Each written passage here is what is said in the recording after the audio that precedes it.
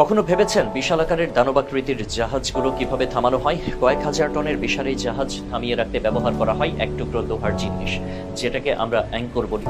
এই অ্যাঙ্করের ওজন কখনো কখনো একটা ট্রাকের চেয়েও বেশি।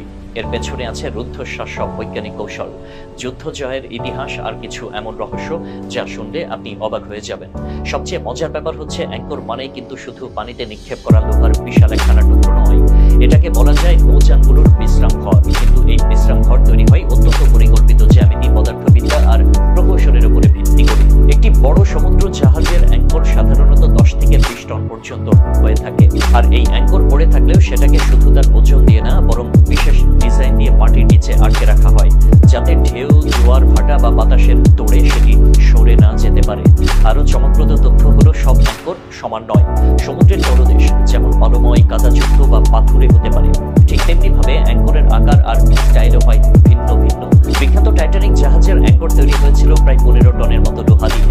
সেটিকে একসাথে তৈরি করেছিল 20 জন দক্ষ শ্রমিক, যেটা এত বড় ছিল যে সেটিকে এক জায়গা থেকে আরেক জায়গায় নেওয়ার জন্য ঘোড়ার গাড়ি লেগেছিল 20টিরও বেশি। শুধু তাই নয়, যুদ্ধের সময় অ্যাঙ্করকে ব্যবহার করা হতো শত্রুপক্ষের জাহাজ আটকে দেওয়ার কৌশল হিসেবে। ব্রিটিশ নৌবাহিনী দ্বিতীয় বিশ্বযুদ্ধে এক বিশেষ ধরনের অ্যান্টি সাবমেরিন অ্যাঙ্কর ব্যবহার করত, যেটা পানির নিচে গিয়ে বুমের মতো বিস্ফোরণ ঘটিয়ে শত্রু সাবমেরিন ধ্বংস করত। প্রায় 7 থেকে 10 গুণ বেশি দৈর্ঘ্যের শিকল ছেড়ে দেওয়া হয়, যাতে অ্যাঙ্কর ঠিকঠাক মাটি আঁকড়ে ধরতে পারে।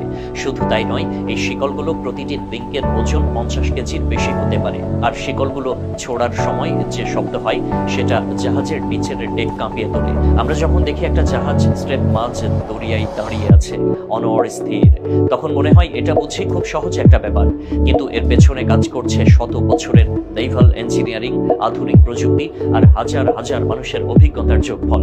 এমনকি আজকের দিনে এসে অনেক অ্যাঙ্কর হয় সম্পূর্ণ স্বয়ংক্রিয়। শুধু কমান্ড দিলেই সে নিজে নিজে নির্ধারিত গভীরতায় গিয়ে আটকে পড়ে, আবার প্রয়োজন হলে নিজেই উঠে আসে। নতুন কিছু অ্যাঙ্কর বানানো হচ্ছে স্মার্ট মেটাল দিয়ে, যা পানির তলের চাপ বুঝে নিজের আকৃতি সামঞ্জস্য করতে পারে। অনেক নাবিকরা বিশ্বাস করত অ্যাঙ্কর ফেলানোর আগে বিশেষ মন্ত্র করতে হয়, না হলে তা ঠিক মতো কাজ করবে না।